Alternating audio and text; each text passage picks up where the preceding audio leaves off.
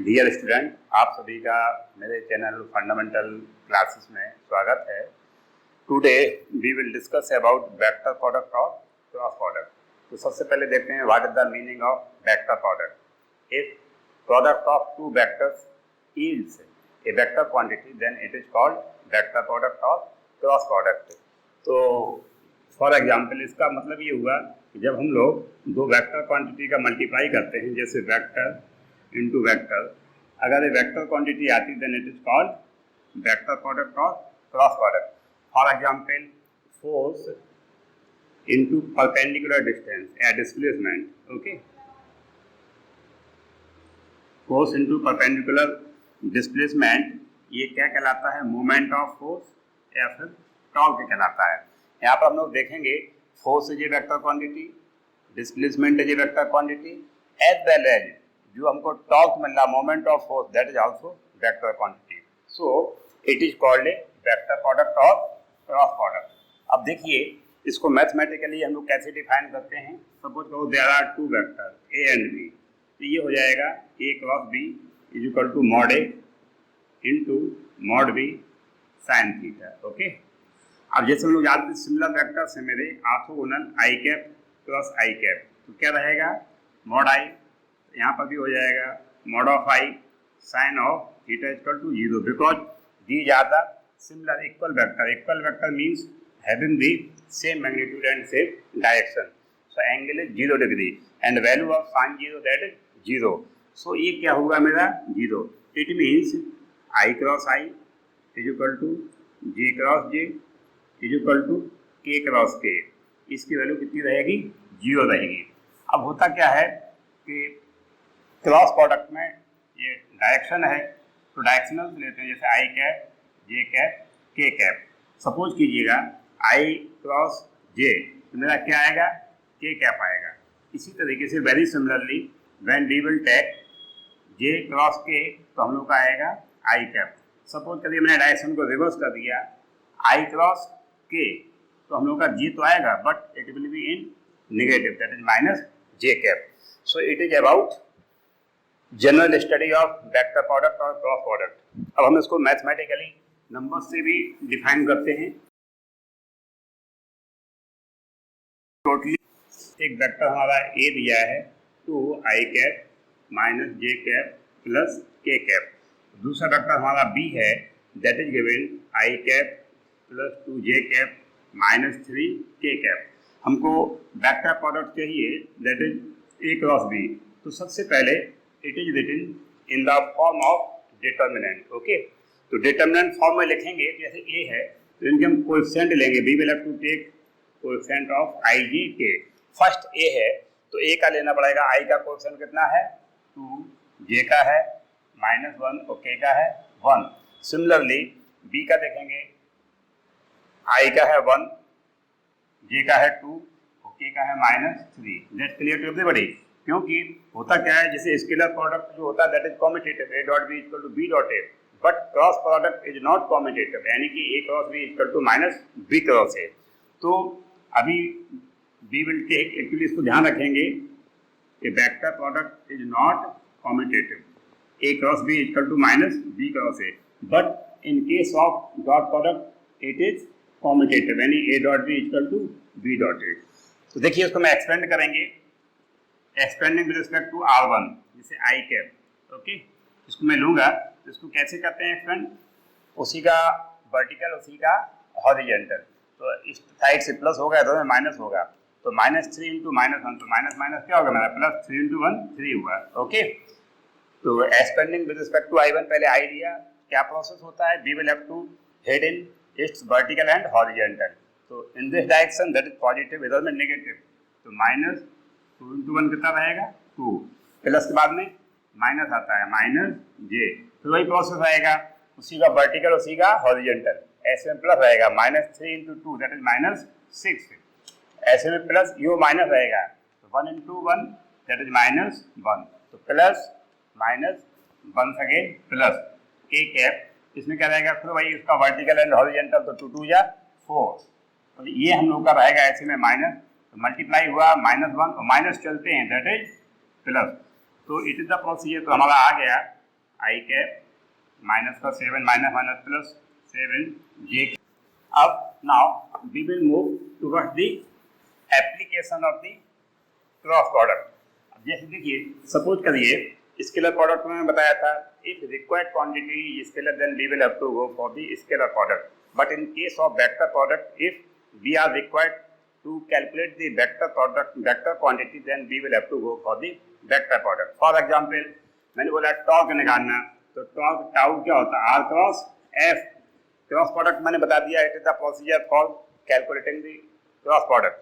But in case when बोल दिया कि we will have to calculate the torque of a force that is 2i cap minus j cap plus k cap. Okay, तो along the या around the axis that is given, R आपको perpendicular distance दे दी गई i minus 3j plus 8k।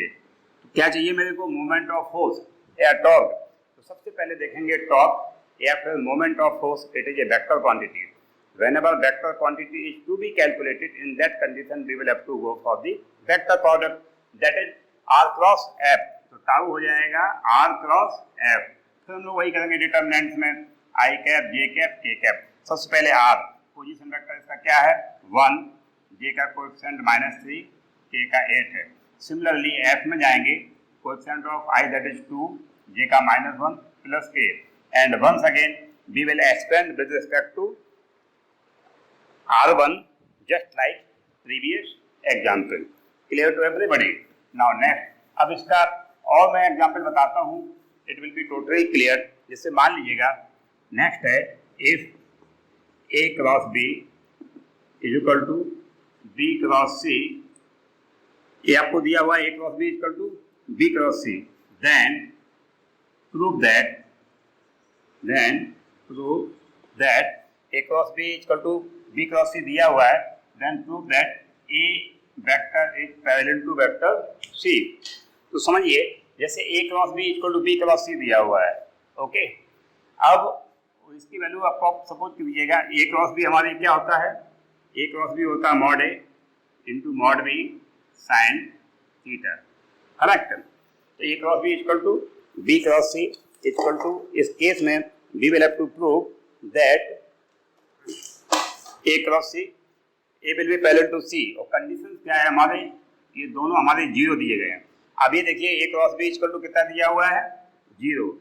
It means 0 equal to mod A into mod B sine theta. एक बार फिर question को देखिए, A cross B equal to 0, B cross C equal to 0। In that condition हम लोग को ये प्रूव करना है कि vector A will be parallel to vector C.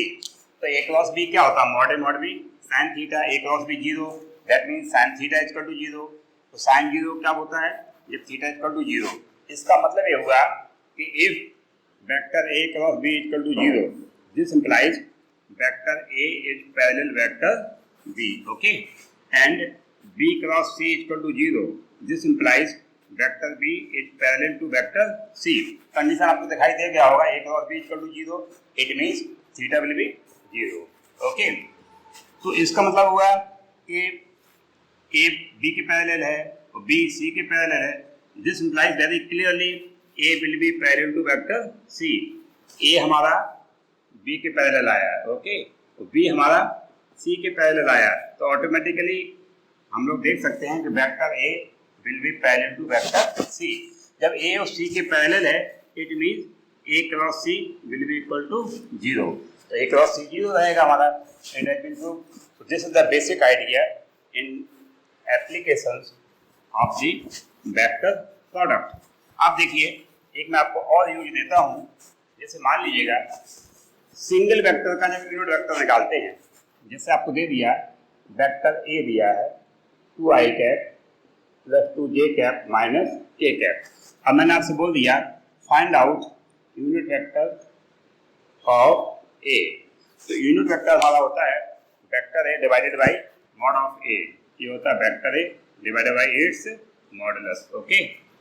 तो वेक्टर ए हमारा कितना है, that is 2i cap plus 2j cap minus k cap divided by its modulus. क्या होता है, मैं बताया था प्रीवियस क्लास में, you will have to make square of coefficient of ij के and sum it.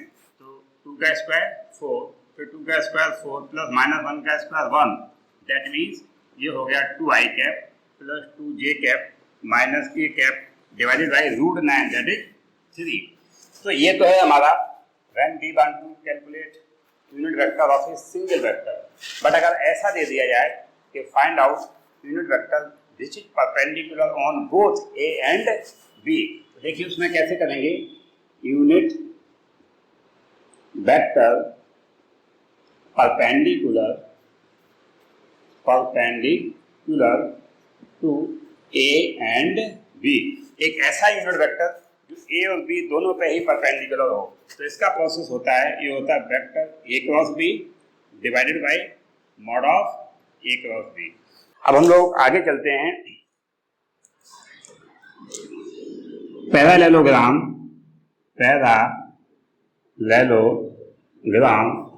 Law of vector addition, parallelogram law of vector addition. देखिए सबसे इंपॉर्टेंट रूल ये होता है कि वेक्टर क्वांटिटी मालूम है, vector quantity means those physical quantity which has both magnitude as well as direction and which follows all addition law of, जैसे addition law of vectors, तो एक ये भी है triangle law of addition of vector, एक ये भी है parallelogram law of vector addition. ठीक है, तो इसमें क्या होता है कि whenever two vector quantities are represented by any two adjacent sides of a parallelogram, then their resultant will be represented by the diagonal of that parallelogram। मतलब कोई समांतर चतुर्भुज का नियम है, अगर दो वेक्टर क्वांटिटी आपके दो एडजेसेंट साइड से पैरेललोग्राम के रिप्रेजेंट करेंगे तो उनका जो रिजल्टेंट आएगा that resultant will be represented by the diagonal of parallelogram. Suppose कीजिएगा एक वेक्टर हमारा यहाँ पर एक P है, तो ये वेक्टर क्वांटिटी Q है, दोनों एडजेसेंट साइड से रिप्रेजेंट किया गया which are acting at an angle alpha degree and resultant is R which will be represented by the diagonal of its, क्या बोलेंगे, जब दो वेक्टर क्वांटिटी को एक पैरेललोग्राम ABCD के दो एडजेसेंट साइड से रिप्रेजेंट किया गया तो इनका जो रिजल्टेंट R है वो इस समांतर चतुर्भुज ABCD के विकर्ण AC से रिप्रेजेंट किया गया which is making angle theta with the horizontal. हमें को ये निकालना कि डायरेक्शन क्या होगी और इसकी वैल्यू क्या हुई। देखिए AD is parallel to BC, तो ये Q को रिप्रेजेंट करेगी तो AB Q को करेगी, A अल्फा है तो AB अल्फा हुआ। अब आप देखिए ABCDE, हम लोग क्या करेंगे, इन ट्रायंगल BEC एक बार मैंने लगाया कॉस अल्फा क्या होता है, base upon hypotenuse, that means BE upon hypotenuse क्या है, Q है, तो इसका मतलब हुआ B हमारा हो जाएगा Q cos alpha. Clear to everybody. तो एक बार मैंने लगाया साइन अल्फा होता है perpendicular upon hypotenuse, that means CE। अब इस पर मैंने लगाया साइन अल्फा हुआ perpendicular upon hypotenuse C upon Q, तो C हुआ Q साइन अल्फा। अब देखिए इन ट्रायंगल AEC हम लोग पाइथागोरस थ्योरम से देखेंगे AC स्क्वायर यानी हाइपोटेन्यूज का स्क्वायर क्या हुआ, परपेंडिकुलर, दैट मींस CE का square plus base that means AE का स्क्वायर। ओके, अब AC क्या है, दैट इज रिजल्टेंट, ये हमारा हो गया R का square, CE that is Q sine alpha, ये हो जाएगा Q square sine square alpha plus AE को मैं क्या लिख सकता हूं, AB प्लस BE। AB किसको रिप्रेजेंट कर रहा है, P को, और प्लस BE हमारा कितना है, Q cos alpha. Okay, Q cos alpha का स्क्वायर, दैट मींस ये हमारा हो गया R स्क्वायर इक्वल टू कितना हो जाएगा, Q square sine square alpha. यहाँ A प्लस B का होल स्क्वायर क्या होता है, A square plus B square plus 2AB, P square plus Q square cos square alpha plus 2PQ cos alpha. Okay, now अब हम लोग देखेंगे Q square sine square alpha plus Q square cos square alpha, take out Q square as common, inside we will get sine square alpha plus cos square alpha, its value is 1, that is Q square into 1, so we will get Q square. Clear to everybody, plus P square plus 2PQ cos alpha. इस तरीके से क्लियर हो गया कि whenever two vector quantities are multiplying at an angle alpha, then their resultant will be r square equal to p square plus q square plus 2pq cos alpha and its direction, resultant कितना direction बनाएगा tan theta, ये हो जाएगा CE upon AE. C means q sin alpha divided by p plus q cos alpha. So this is very important in case of addition of vector. Okay. Now एक इस पे एक example देते हैं, so perhaps it will clear your concept regarding the numerical problems also. Suppose कीजिए मैंने दे दिया if two equal vectors are acting in such a manner that their resultant is also equal to the magnitude of the forces, then how much will be the angle between the forces? Question समझिए, two equal forces are acting at a point in such a manner that their resultant will be equal to the magnitude of the forces. Calculate the angle between the forces. मतलब ये हुआ कि जितने force है, मैंने मान लिया एक फोर्स P है, दूसरा Q है, और उतना ही है जितना कि रिजल्टेंट है, जिसकी वैल्यू मैंने X मान ली. बताइए किस एंगल पे, यानी अल्फा आपको निकालना है कि दो फोर्स इक्वल हैं, किस एंगल पे काम करें कि रिजल्टेंट की वैल्यू उतनी ही आए जितनी. तो हमको क्या चाहिए, इसमें अल्फा चाहिए. तो देखिए हम लोग का होता क्या है, आर स्क्वायर, ये होता है मेरा P square plus Q square plus 2pq cos alpha.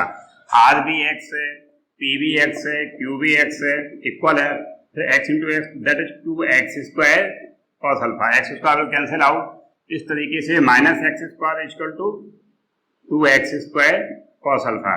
That means cos alpha equal to minus 1/2. ये कॉस में होता है 120 डिग्री की value. Okay, so alpha equal to 120 degree. इसका मतलब हुआ कि अगर दो इक्वल फोर्स हैं वो 120 डिग्री पे एक्ट करेंगे तो उनका रिजल्टेंट भी उतना ही आएगा जितना कि मैग्नीट्यूड फोर्सों का है. So it is previous primary knowledge regarding to the cross product. I will discuss you thoroughly in next class. So thank you very much. अगर आप लोगों को कोई डाउट है, कोई प्रॉब्लम है, please leave your problem in my comment and मेरे channel को देखते रहिए, सब्सक्राइब करिए. Thank you very much.